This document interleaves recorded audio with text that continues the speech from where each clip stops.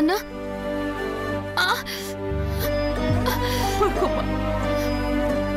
ఈ ఊరి కట్టుబాట్లు వేరు,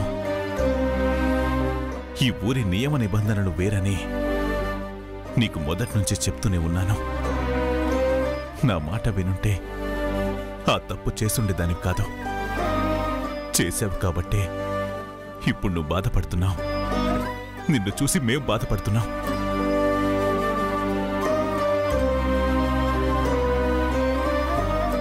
బ్రతికాన్రా బాబు, టాపిక్ నా మీదకి రాలేదు. మా అన్నయ్యని టీవీగా గంభీరంగా ఉండటం చూసానే తప్ప ఎప్పుడు ఇలా బాధపడటం చూడలేదు భైరవి. ఇంకెప్పుడు మీ నాన్నని బాధ పెట్టకమ్మా. నాన్న, భైరవి కాలు బాగా కాలినట్టుంది. నాకే బాధగా ఉంది. తనకెంత బాధగా ఉంటుందో ఏమో. నాకు కూడా బాధగానే ఉందరా. నా కొడుకు కళ్ళల్లో గంభీరాన్ని, రాజసాన్ని చూసానే తప్ప ఇలా కన్నీళ్లు నేనెప్పుడు చూడలేదు. ఇలాంటి పరిస్థితి మళ్ళీ తనకెప్పుడు రానివద్దమ్మా. నీకు దేవుడి మీద నమ్మకం ఉందో లేదో నాకు తెలీదు, కానీ నా పెద్దరికం మీద, నీ మీద పెంచుకున్న ఈ నాన్న ప్రేమ మీద నమ్మకాన్ని మాత్రం పోగొట్టుకోవద్దమ్మా.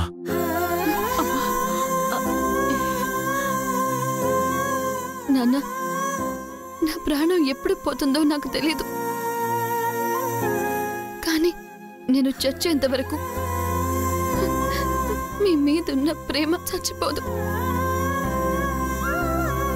మీ ప్రేమ మీదున్న నమ్మకం చెరిగిపోదు నాన్న, చెరిగిపోదు.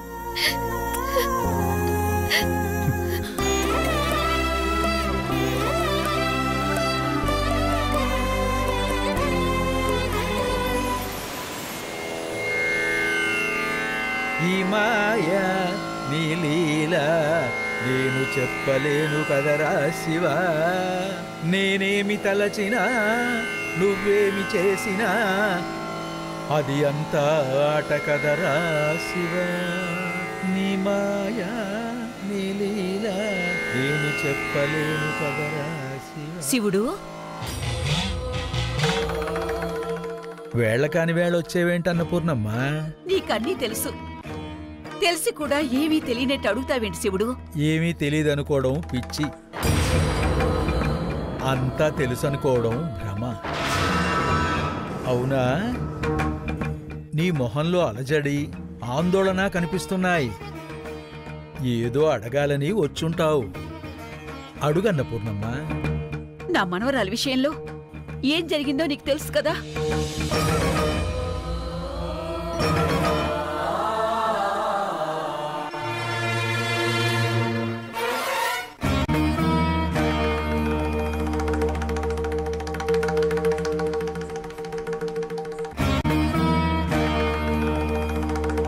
ఈ బిడ్డ నిజంగానే నష్టజాతకురాలమ్మా. ఏమంటున్నారు సిద్ధాంతి గారు? అవునమ్మా, జాతకం ప్రకారం ఆ అమ్మాయికి నాగగండం ఉంది. నాగగండం అంటే అది ప్రాణగండమే. ఆ గండం బారిన పడకుండా ఆ అమ్మాయికి 25 ఏళ్లు వచ్చే వరకు మీరు కాపాడుకోగలిగితే ఆ తరువాత ఆ అమ్మాయి నిండు 100 ఏళ్ళు బతుకుతుంది. జాతకంలో ఏవైనా చిన్న చిన్న లోపాలుంటే గ్రహస్థితులు అనుకూలించడానికి శాంతి పూజలేవైనా చేయొచ్చు. కానీ అమ్మాయి జాతకరీత్యా ఈ ప్రాణగండం ఉందంటే పూర్వజన్మ సంబంధం అనిపిస్తోంది. మా ఇంట్లో పుట్టిన భైరవి వల్ల మా వంశానికి, ఈ ఊరికి మంచి జరుగుతుందని మా ముందు తరాల వాళ్ళు చెప్పారు. మీరేమో ప్రాణగండం ఉంది అంటున్నారు. వాళ్ళు చెప్పింది నమ్మాలా? మీరు చెప్తున్న జాతకాన్ని నమ్మాలా? నాకేమీ అర్థం కావట్లేదు సిద్ధాంతి గారు. సిద్ధాంతి గారు, ఈ బిడ్డని బ్రతికించుకునే మార్గం ఏదైనా ఉంటే చెప్పండి, దయచేసి చెప్పండి. ఆ దేవుడి మీద భారం వేయడం తప్ప దీనికి పరిష్కార మార్గం మా దగ్గర లేదమ్మా. నన్ను క్షమించండి.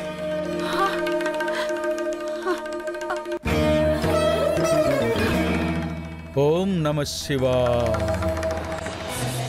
శివుడు, ఏంటన్నపూర్ణమ్మ ఏడుస్తున్నావు? తల్లి లేని బిడ్డని ఎలా బ్రతికించుకోవాలో ఏమీ అర్థం కావట్లేదు శివుడు. దైవం ఉన్న చోట అనుగ్రహం ఉన్నట్టే సమస్య ఉన్న చోట పరిష్కారము ఉంటుంది. సంకల్పం ఉన్న చోట అది నెరవేరే మార్గము ఉంటుంది. ఈ తరంలో పుట్టే బిడ్డ వల్ల నీ వంశానికి, నీ ఊరికి మంచి జరుగుతుందని నీ పూర్వీకులు చెప్పారని నువ్వే అన్నావు కదా. వాళ్ళు చెప్పారంటే చెప్పినట్టు జరగడానికి ఏం చెయ్యాలో కూడా నీకు చెప్పే ఉంటారు కదా. ఒక్కసారి గుర్తు చేసుకో.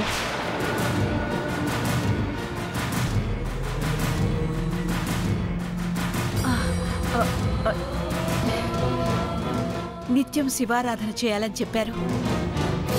పూజ మందిరంలో ఉన్న ఆ శివాలయానికి సంబంధించిన అమూల్యమైన వస్తువే అన్ని సమస్యలకి పరిష్కారం అని చెప్పారు.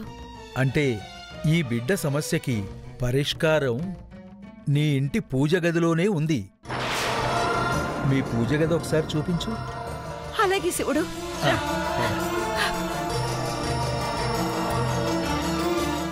రా శివుడు. ఓం నమ శివాయ. శంభో మహాదేవ. శివుడు, ఇదిగో ఇదే అది.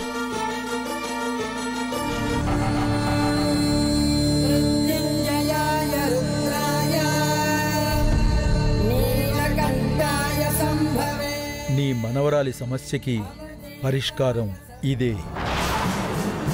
ఇదేంటో తెలుసా? నాగగండం నుంచి కాపాడే నాగరక్ష బంధం.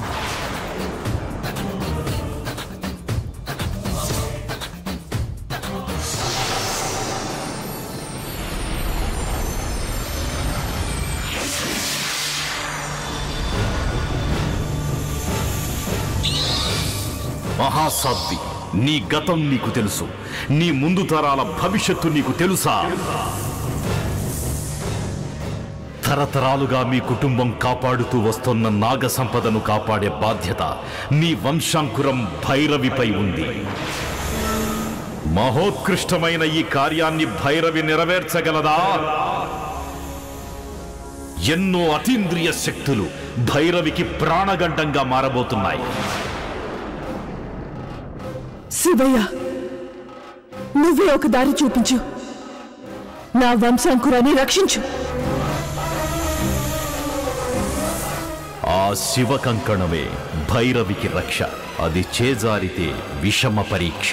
కాపాడే నాగులే కాలసర్పాలై భైరవిని హతమారుస్తాయి. ఇదే నీ మనవరాలిని ప్రాణగండం నుంచి కాపాడుతుంది.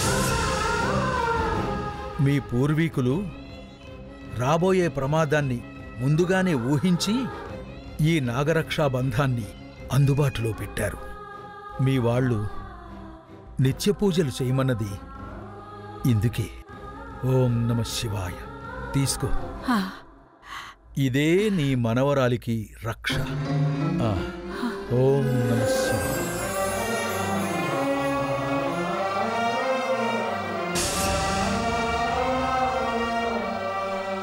ఆ రోజు నువ్వు కడియ ఇచ్చిన దగ్గర నుంచి నా మనవరాలికి ప్రాణగండం ఉండదన్న ధైర్యంతో ఉన్నాను.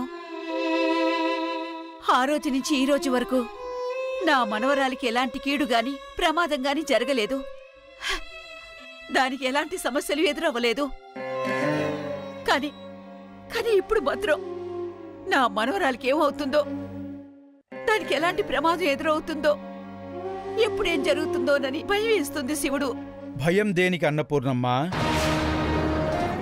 భయం అనేది మృత్యువు కన్నా ప్రమాదకరమైనది. మృత్యువు ప్రాణాలను మాత్రమే తీసుకెళ్ళిపోతుంది. కానీ భయం అనేది నమ్మకాన్ని, ధైర్యాన్ని, ఆశల్ని అన్నిటినీ చంపేస్తుంది. దైవాన్ని నమ్ముకో, భయాన్ని వదులుకో. భయపడకుండా ఎలా ఉండమంటావు శివుడు? నిప్పుల గుండెల్లో నడవడం అంటే అదేమైనా చిన్న విషయమా? ఆ నిప్పుల గుండెల్లో నడిచిన వాళ్ళెవరు ఎంతవరకు బ్రతికిలేరన్న విషయం నీకు తెలుసు కదా. నా మనవరాలికి ప్రాణగండం పోలేదని, ఆ గండం నా మనవరాల్ని వెంటాడుతోందని, అది ఏ రూపంలో మళ్ళీ వస్తుందోనని తలుచుకుంటేనే గుండె ఆగిపోతుందన్న భయంగా ఉంది. చిన్న చిన్న విషయాలకి ఆందోళన పడుతున్నావు.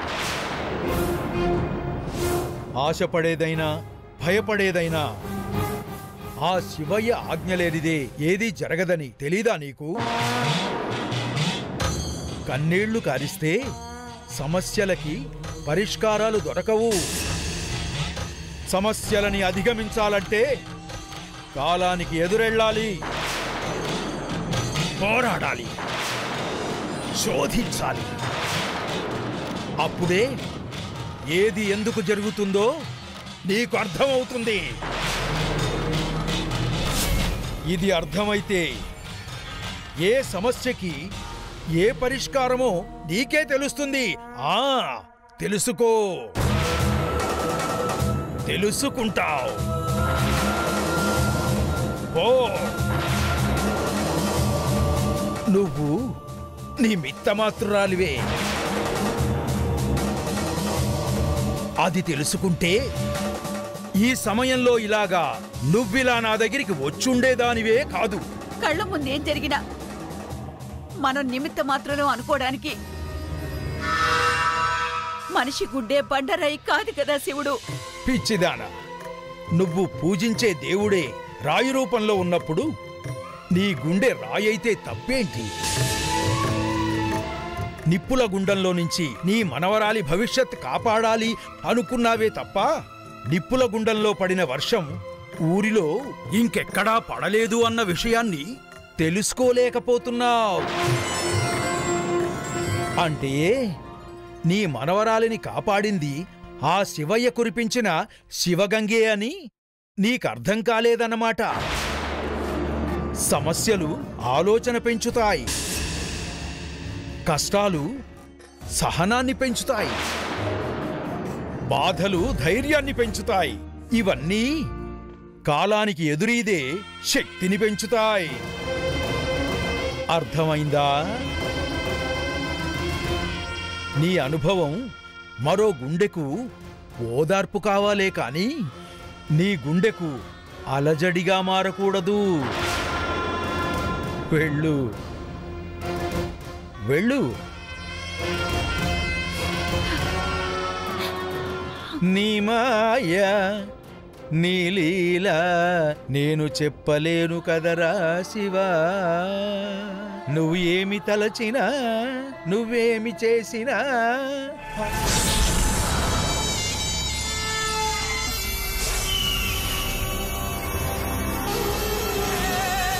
ఎక్కడికెళ్ళొస్తున్నావు?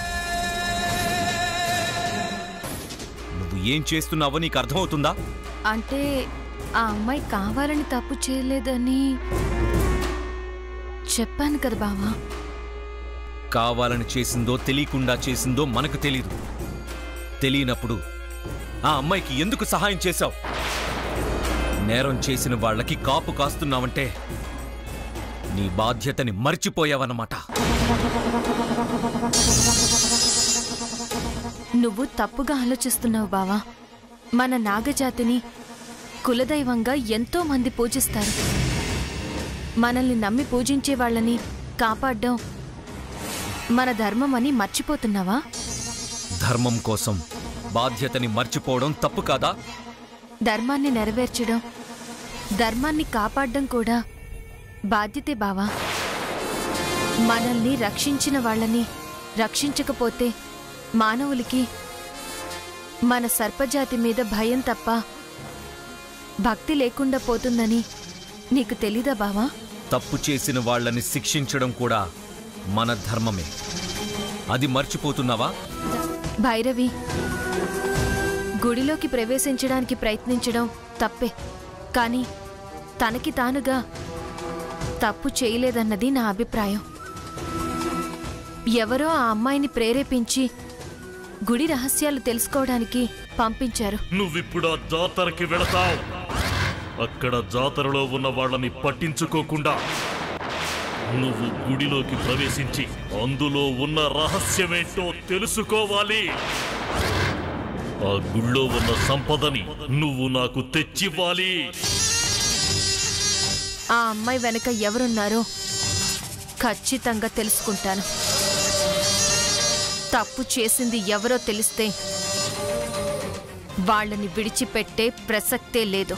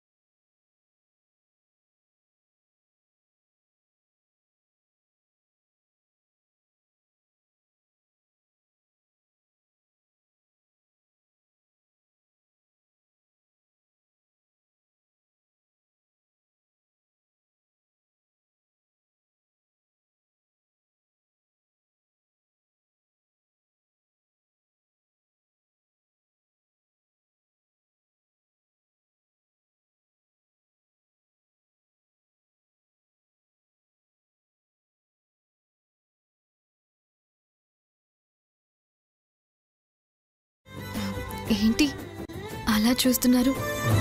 నువ్వు నా కోసం రావడం నమ్మలేకపోతున్నాను.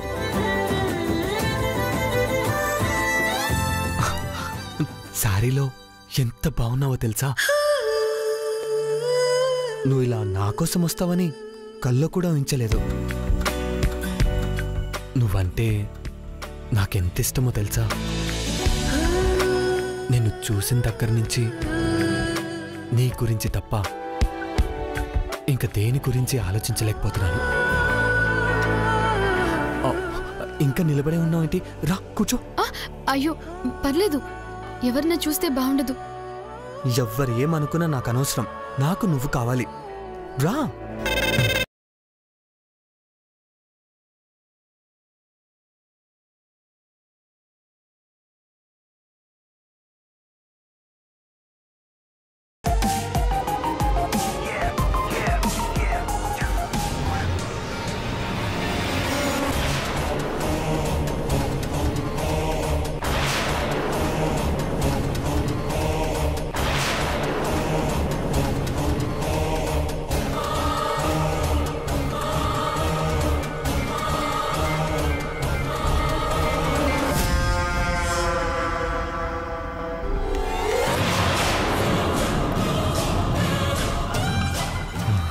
ఏదైనా మాట్లాడొచ్చు కదా?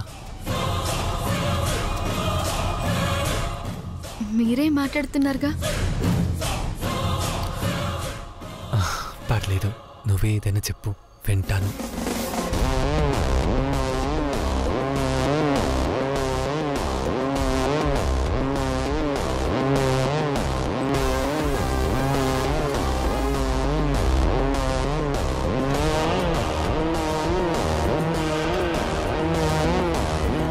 అర్జున్,